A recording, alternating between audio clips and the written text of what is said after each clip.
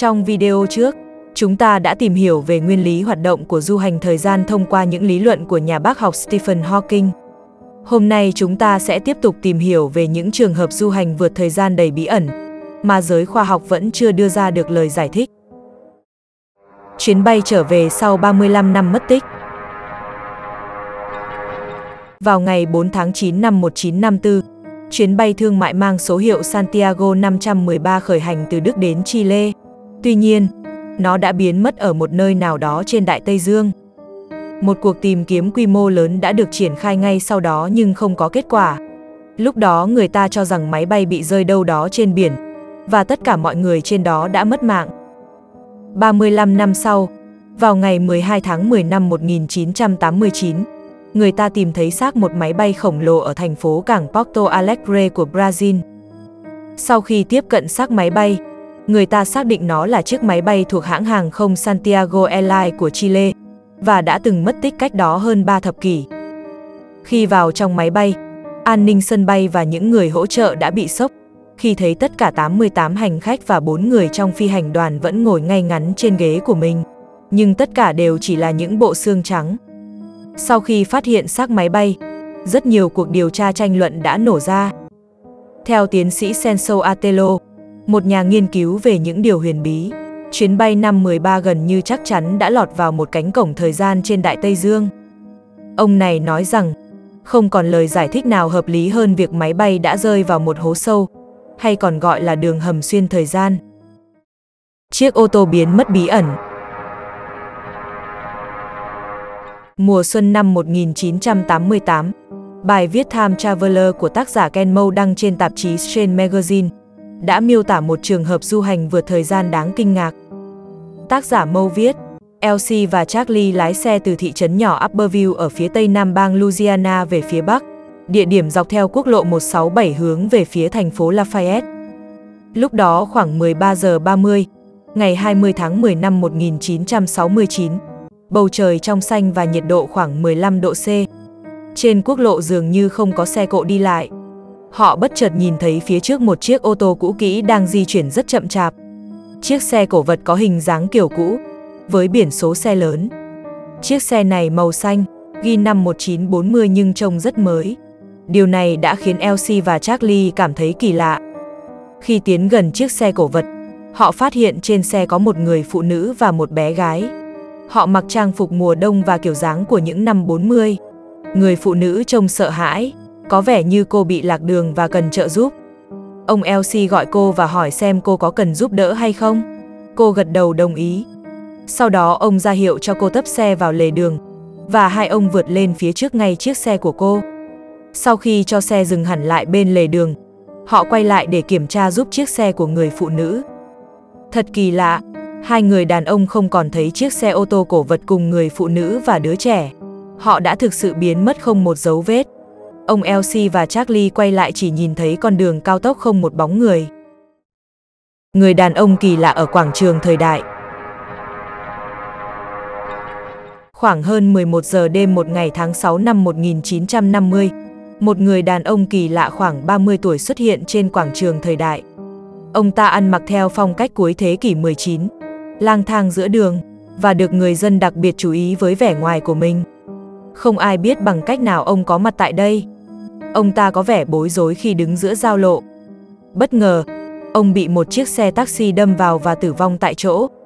Khám nghiệm hiện trường, cảnh sát tìm thấy trong túi của ông có nhiều vật lạ không rõ nguồn gốc. Trong đó, có một tấm thẻ đồng mang tên một quán rượu mà không ai biết đến. Ngoài ra, họ tìm thấy khoảng 70 đô la tiền cũ, tấm danh thiếp mang tên Rudolphen, có địa chỉ tại đại lộ số 6. Một lá thư được gửi vào tháng 6 năm 1876 từ Philadelphia tới địa chỉ này. Tuy nhiên, tất cả những vật dụng này đều không hề có dấu hiệu cũ nát theo thời gian. Sau đó, cảnh sát tìm được một người họ hàng của Rudolphen sống tại Florida. Bà cho biết, ông đã mất tích một cách bí ẩn từ năm 1876, khi ông mới 29 tuổi. Vào một buổi tối ông ra ngoài đi dạo, nhưng không bao giờ quay trở về nữa. Thấy sự việc kỳ lạ, các điều tra viên đã tìm kiếm hồ sơ về người đàn ông Rudolphen mất tích năm 1876. Họ vô cùng kinh ngạc khi thấy tất cả mọi mô tả, từ tuổi tác, ngoại hình, cho đến trang phục, đều trùng với người đàn ông trên quảng trường thời đại năm 1950. Phi công người Anh du hành đến tương lai.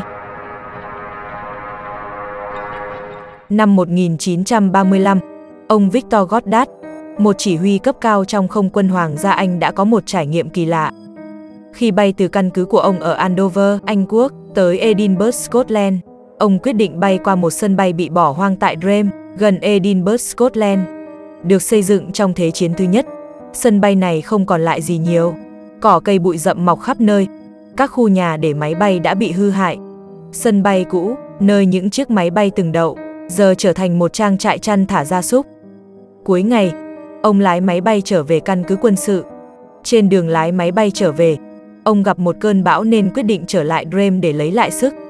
Khi đến gần sân bay, cơn mưa xối xả đột ngột chuyển thành ánh nắng chói chang. Khi nhìn xuống, ông Goddard nhận thấy đây vẫn là sân bay Drame, nhưng mọi thứ lại rất khác và đang được sử dụng. Một số thợ máy mặc áo đồng phục màu xanh, 4 chiếc máy bay màu vàng đậu trên đường băng.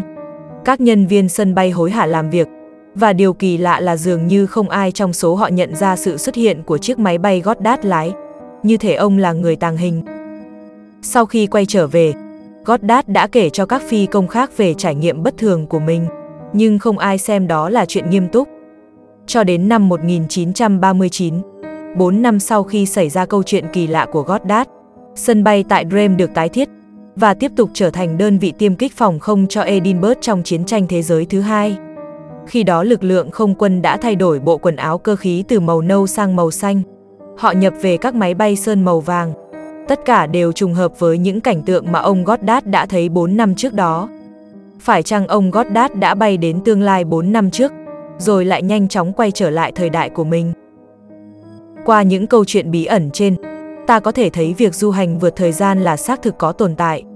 Tuy nhiên, hầu hết các trường hợp đều xảy ra trong tình trạng không tự chủ được trong suốt cuộc hành trình.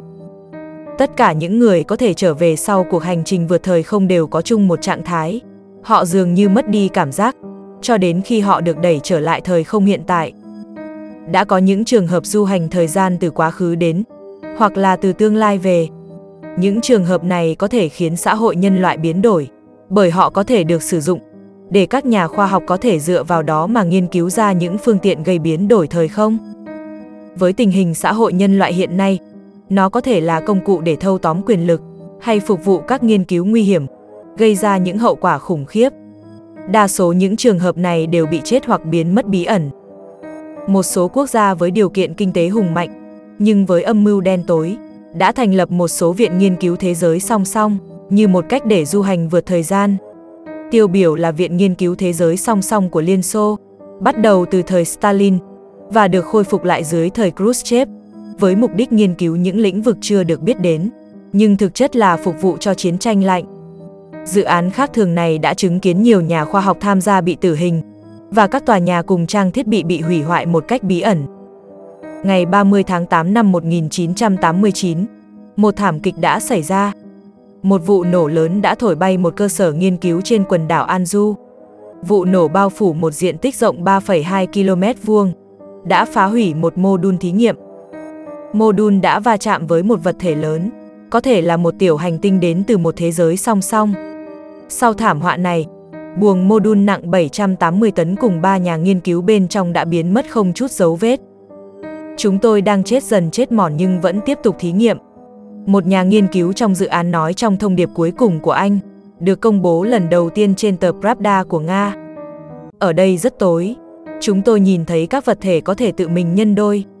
Lượng oxy còn lại sẽ chỉ đủ dùng trong 43 giờ kế tiếp. Thiết bị duy trì sự sống đã bị hư hại nghiêm trọng. Tạm biệt gia đình và bạn bè. Tín hiệu đột ngột dừng lại lúc đó. Với một số người đã lọt vào thế giới song song và an toàn trở về sau hàng trăm năm. Những người này sau khi trải qua một cuộc du hành thời gian đầy bí ẩn, họ đều lựa chọn con đường ẩn cư, tu luyện bí mật. Người đời không còn ai biết sự tồn tại của họ. Những người này cơ bản là không gây ảnh hưởng gì tới trật tự xã hội. Như vậy ta có thể nhận định rằng, với những âm mưu đen tối của con người, du hành vượt thời gian là điều tuyệt đối không được phép, bởi nó có thể gây ra sự xáo trộn về các sự kiện lịch sử. Vì thế chúng ta không nên du hành thời gian, Bởi theo pháp lý vũ trụ thì như vậy là bất hợp pháp và sẽ bị trừng phạt. Chỉ có cách duy nhất để du hành thời gian hợp pháp đó là thông qua tu luyện. Tu luyện là một quá trình thay đổi cảnh giới tư tưởng và biến đổi thân thể vật chất ở không gian này sang những vật chất ở không gian khác. Vì thế khi quá trình tu luyện hoàn thành, người tu luyện có thân thể tiến nhập sang thời không khác và trở về nhân gian ở hàng trăm năm sau. Nhưng lúc này cảnh giới tư tưởng của họ không còn giống như người thường. Họ hiểu được rằng không được tùy ý can thiệp làm thay đổi diễn biến xã hội nhân loại, và thông thường thì người bình thường chúng ta cũng không biết tới sự tồn tại của họ. Cảm ơn các bạn đã xem video. Hãy nhấn đăng ký kênh, like và share nếu thấy thú vị.